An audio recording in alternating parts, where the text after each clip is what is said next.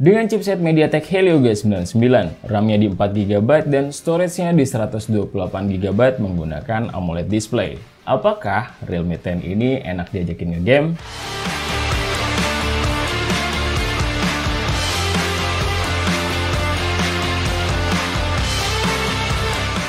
Hai Smart Buyer, gue Rizky. Kali ini kita akan unboxing berserta gaming test untuk Realme 10. Kira-kira gimana dengan performanya? Let's check this out!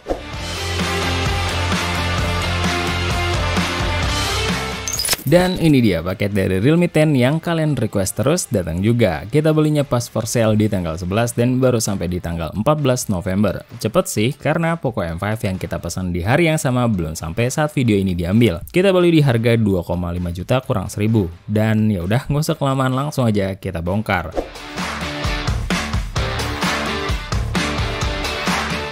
Ini dia box dari Realme 10, warna dasarnya kuning dan kualitasnya standar aja kayak box handphone zaman sekarang. Di pojok kiri atas ada tulisan kualitas terdepan, terus di bawahnya ada angka 10 yang gede, dan di bawahnya lagi ada tulisan Realme. Di sisi kiri ada tulisan Realme 10 dan di sisi kanan ada tulisan Realme. Di sisi atas kosong dan di sisi bawah juga kosong, beda warna aja. Terus di belakangnya ada nilai jual HP ini kayak yang udah-udah berserta kode produksian dan lain-lain. Ya udah nggak usah berlama-lama, langsung aja kita cek di dalam dusnya.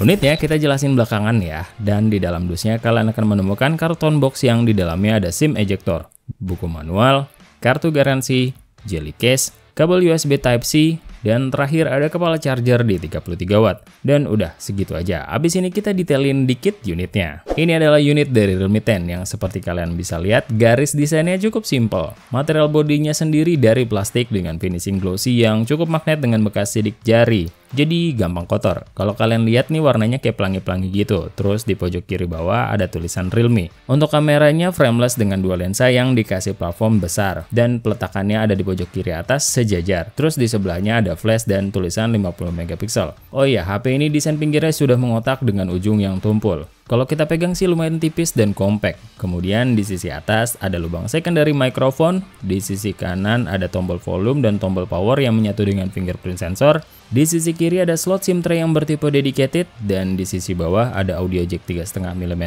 mikrofon utama, port USB Type-C, dan grill speaker. Pindah ke sisi depan, luas layarnya di 6,4 inch yang bertipe punch hole yang udah lumayan langka untuk keluaran HP di bawah 3 jutaan. Untuk bezelnya cukup sedang dengan bagian dagu yang sangat menonjol. Dan untuk anti goresnya sudah terpasang. Udah segitu aja. Abis ini kita langsung ke gaming test. Sebagai pengingat, HP ini menggunakan chipset MediaTek Helio G99 dengan fabrikasi 6 nanometer. Dengan GPU Mali G57 MC2, RAM 4GB dan storage-nya di 128GB. Sedangkan software dan hardware pendukungnya menggunakan Realme UI 3.0 yang berbasis Android 12. Layarnya berpanel AMOLED beresolusi Full HD+ dengan refresh rate di 90Hz. Baterainya di 5000 mAh serta speakernya masih mono. Dan seperti biasa kita make sure dulu baterainya udah 100%, speakernya udah full, semua sistem sudah diupdate. Untuk case ini layarnya kita jadikan di 90Hz dan untuk koneksi kita menggunakan Wi-Fi. Kemudian kita cek dulu skor Antutunya dan kita mendapatkan skor di 337 ribuan.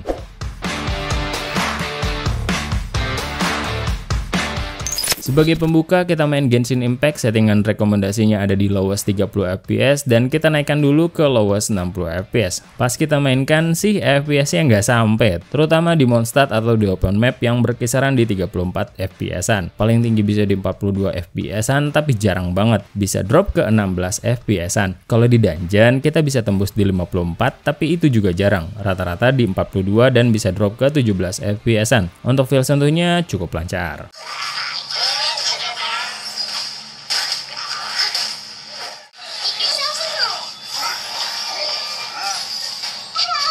Lanjut kita coba naikin lagi di low 60 fps. Hasilnya keteteran di sini. Cuma enak di dungeon aja. Begitu di open map atau di Mondstadt berasa banget kalau HP ini belum sanggup. So mendingan kalian ikutin settingan rekomendasinya aja. Setelah bermain selama 30 menit, konsumsi baterainya ada di 8% dan suhunya sendiri ada di 44 derajatan paling tinggi.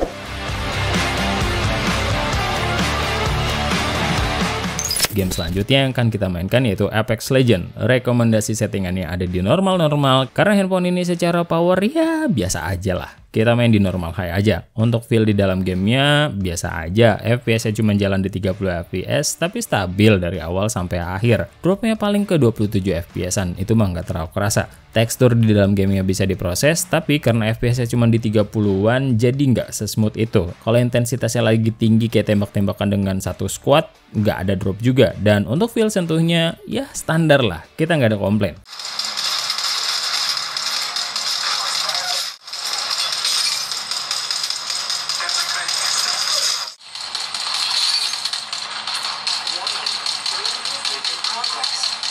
Setelah bermain selama 30 menit, baterai di handphone ini berkurang 8% dan suhu tertingginya ada di 41 derajatan.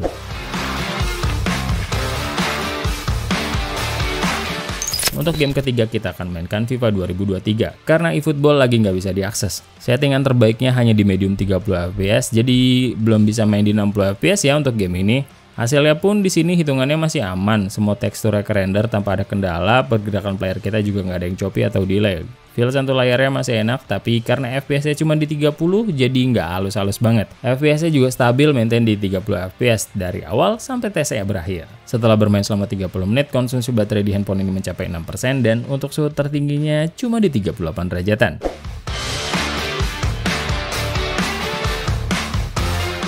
Untuk game berikutnya kita akan mainkan Free Fire Max. Untuk game ini kita bisa set semua settingannya di rata kanan dan pengalaman kita di game ini cukup roller coaster. Di dalam gamenya sih hitungannya cukup lancar, layarnya cukup responsif, pergerakan karakternya juga cukup luas. Nah, kenapa kita bilang roller coaster? FPS-nya itu kadang kita bisa main di 60 FPS, turun ke 40 FPS, tapi hitungannya sih gak sampai drop-drop parah ya. Walaupun drop paling ke 37 FPS-an. Setelah bermain selama 30 menit, konsumsi baterainya ada di 7% dan untuk suhunya sendiri ada di 41 derajatan paling tinggi.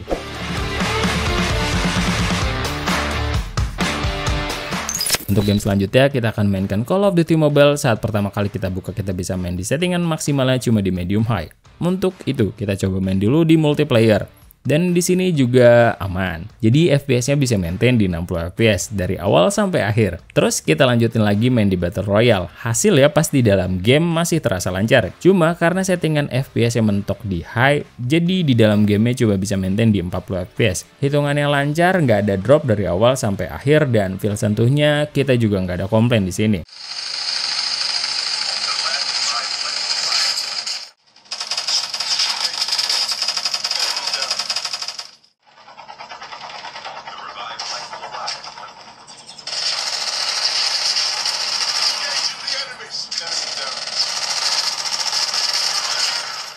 Setelah bermain selama 30 menit, konsumsi baterainya ada di 6% dan untuk suhunya sendiri ada di 41 derajatan.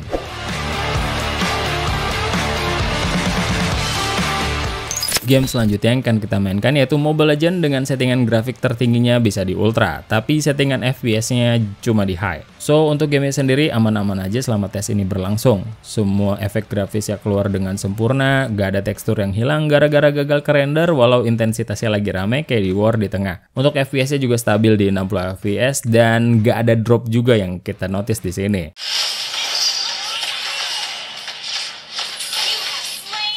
Setelah bermain selama 30 menit, konsumsi baterai di handphone ini ada di 7% dan suhu tertingginya ada di 40 derajatan.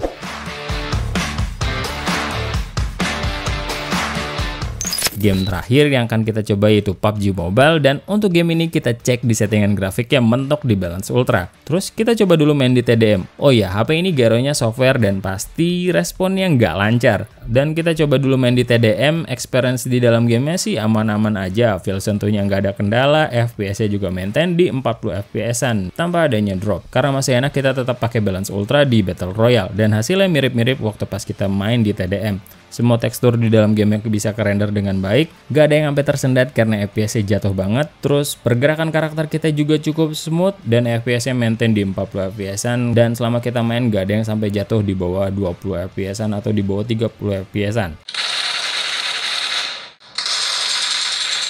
Setelah bermain selama 30 menit, konsumsi baterai di handphone ini mencapai 8% dan untuk suhu di handphone ini 41 derajatan paling tinggi. Setelah serangkaian tes tadi, kita coba cek dulu skor AnTuTu-nya apakah ada penurunan performa atau enggak, dan hasilnya masih stabil di 337 ribuan.